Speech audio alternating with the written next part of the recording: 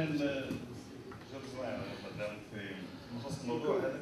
انا بالنسبه لي انا البارح تكلمت في الموضوع يمكن مش موجودين، اما البارح اقترحت ان المركز نتاع الصناعات التقليديه اللي تو موجود اللي هو رجع مدينه حرة يعود يقعد مدينه حرة، فلتكون عندنا جامعه ايكول داري ميتي في جربه باش نحافظوا على النسيج نتاعنا وعلى صناعه الفضه والذهب معناها والوحدين، باش يكونوا عندنا ديزارتيزون باش ينجموا نخلقوا حاجات جديده فيما يخص الارتيزانات بوتري وكل شيء. دونك بالله معناها قاعده بلاصه فارغه متروكه ماذا بينا من النيابه الخصوصيه وغيرها توظيفها نحو ايكول داري ميتي، ما تخلوهاش مدرسه معناها وحده تاع مهنك صغيره ما فيها شيء خليتوها كانها ما عندها حتى شيء. بالله راهي مركز بلاصه تعطي اضافه كبيره وتعطي منتوج معناها كيفاش نقولوا بالنسبه للجربه فيما يخص ان تكون عندنا يونيفرسيتي على الاقل في محس حاجه اللي هي ترتبط بالسياحه واللي هي تنجم تزيد للمنتوج اللي عندنا نحن. وبارك الله فيك.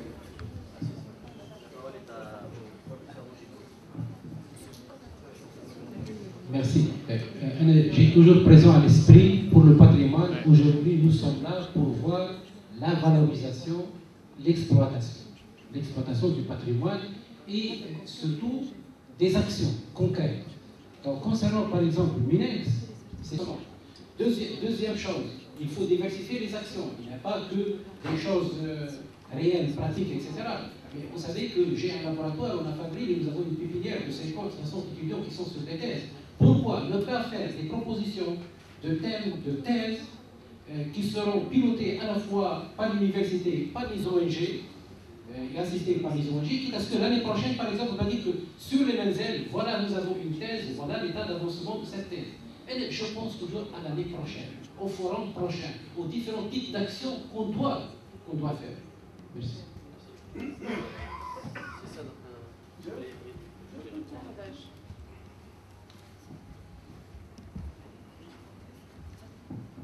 Les questions que vous posez sont très importantes. Il y a un problème de choix politique. D'abord, il y a des problèmes techniques ou scientifiques.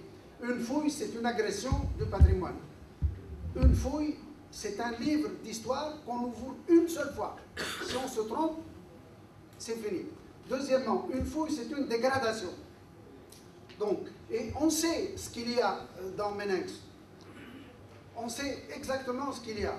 Donc, on sait ce qu'on va trouver. Si on va dégager, par exemple, 100 mètres de mosaïque, dans 10 ans, vous ne les trouverez plus. À cause de l'humidité, à cause de ceci ou de cela. Et nous avons des hectares et des hectares en Tunisie. Et de toutes les manières, ça ne sera jamais aussi spectaculaire que Douga ou d'autres sites.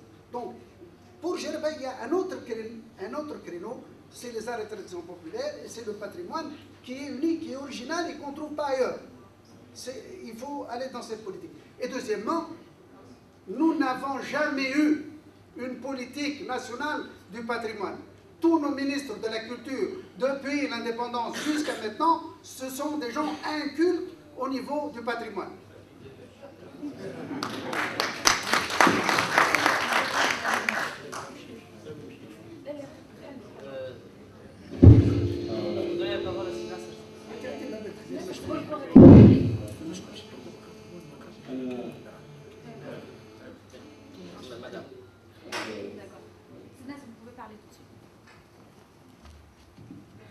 Je voulais juste répondre à M. Najib. Tout à l'heure, il se demandait pourquoi il n'y a pas de... Moi, je pense que c'est un problème de communication, tout simplement.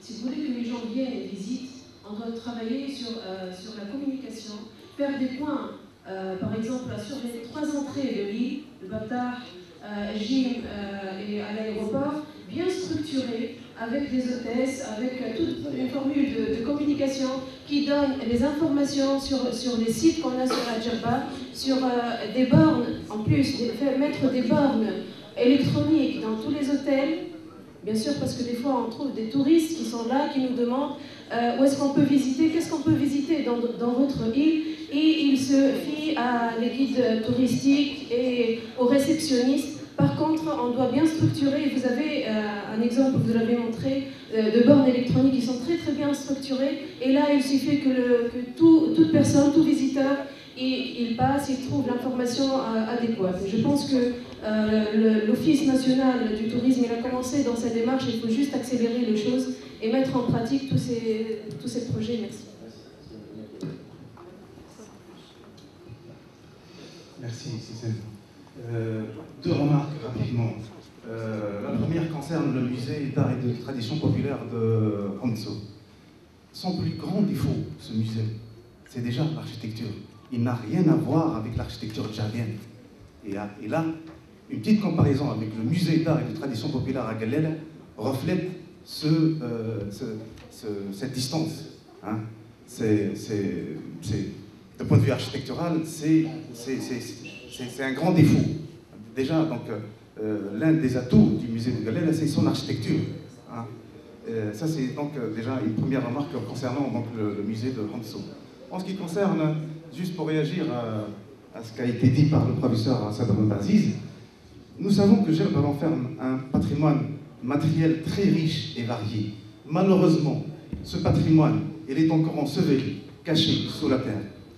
Bon, vous me dites que c'est un avantage. Au moins, il n'est pas dégradé, donc au moins, il est encore préservé sous terre. Mais il y a un problème foncier aussi. Il y a beaucoup de problèmes. Et là, je rejoins le professeur Bourgou. Il faut immédiatement, il faut que les ONG, les fondations privées, et pas uniquement le ministère de la Culture, s'investissent davantage, consacrer un budget pour l'exploitation, l'investigation, la prospection, les fouilles, la mise en valeur, la restauration et la dernière étape, c'est l'exploitation. Donc il y a tout un processus à faire à ce niveau-là et ça nécessite au moins donc, les fonds nécessaires pour ce travail. Et merci. Je n'ai pas pensé à inviter un représentant du ministère de la Culture, à l'instar de ce qu'ils ont fait avec le département de l'environnement.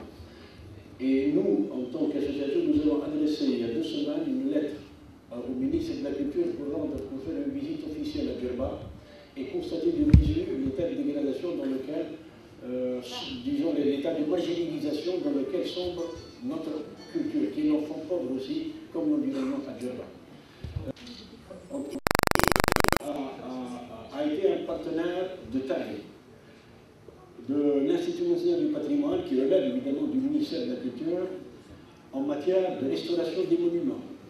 Et si beaucoup de monuments, et essentiellement les lieux de culte, c'est ça, les lieux de culte, parce que c'est là où l'association, l'Institut national du patrimoine, a pu intervenir.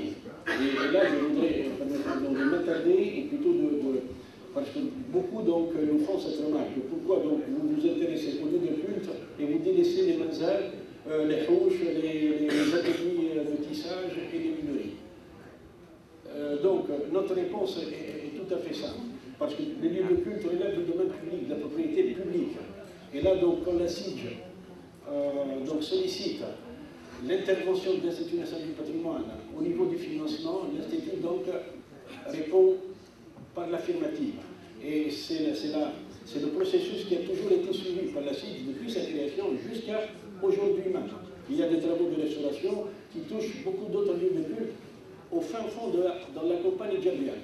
Et donc tous les monuments que vous avez vus, les lieux de culte particulièrement, ont été construits, ont été restaurés, donc avec l'assistance technique de l'Institut national du patrimoine, avec l'encadrement de la SIDJ et le financement également de l'agence et puis de l'Institut. C'est comme ça que ça se passe. Donc, mais aujourd'hui, si nous devons justement, nous voyons des composantes phares de notre patrimoine bâti, notre patrimoine matériel bâti, en l'occurrence, comme je venais de le dire tout à l'heure, les houches, les huileries, les ateliers reconnaissables au fronton triangulaire, et puis les pressoiries. Donc nous voyons ces composantes tomber en ruine, donc dans un aspect ruiniforme, et nous ne pouvons pas agir. Donc il est temps aujourd'hui, si nous voulons que les travaux de ce forum vraiment aboutissent, comme nous l'avons fait ce matin, et tout à l'heure il y avait une certaine satisfaction quand même, donc M. Boubacar Ahmed a pris quand même un engagement ferme d'aller de l'avant et puis de se tenir aux côtés de la société civile, aux côtés de ce forum pour justement faire évoluer les choses dans le bon sens. Donc, pour la culture également, aujourd'hui l'absence d'un représentant du ministère de la Culture pour au moins lui faire assumer donc une part de responsabilité dans cette... Donc, pourquoi? Parce que ces rouges et ces minories souterrains et ces pressoirs à mine sont des propriétés privées. Et le propriétaire a tout à fait le droit, nous le connaissons, de vouloir, disons, exploiter à bon escient ce legs et cet héritage. Donc nous ne pouvons pas, au nom de la sauvegarde de l'entité et de la mémoire collective de le priver de ce. Donc ce dont nous devons disposer, c'est justement des fonds qui devront être alloués pour acquérir, comme a dit tout à l'heure M. Bakr Rahman en s'adressant aux responsables de la PAC, pourquoi donc le ministère n'entre pas en possession de ces âmes donc sensibles pour qu'elles puissent évidemment les gérer ça. Nous devons faire de même aussi pour ces composantes phares de notre patrimoine. Et ce n'est que comme ça que nous pouvons aller de l'avant et voir donc notre patrimoine culturel entre de bonnes mains pour qu'il soit exploité touristiquement et non pas marginalisé, folklorisé comme il est actuellement. Voilà, merci. Une dernière intervention, une réaction par rapport à ce qui a été dit par Sima Kinaoudi avant de passer à la dernière communication.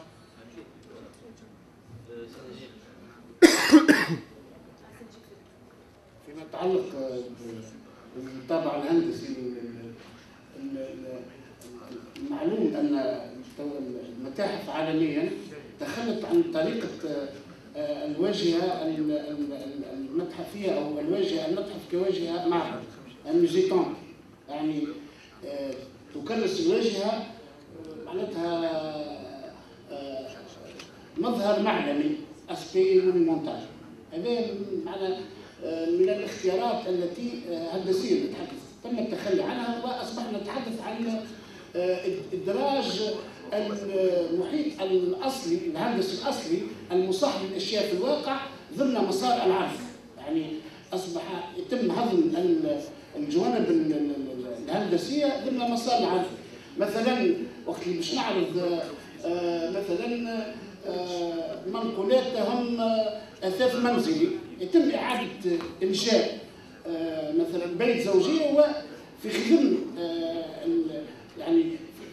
يعني ضمن او في وسط الدار هذيك يتم عرض المعروضات هذيك وهنا يتم استحضار الشكل الهندسي بما يخدم مسار العرض. ولكن كشيء يعني كطابع خارجي استحضار الملامح الهندسه التقليديه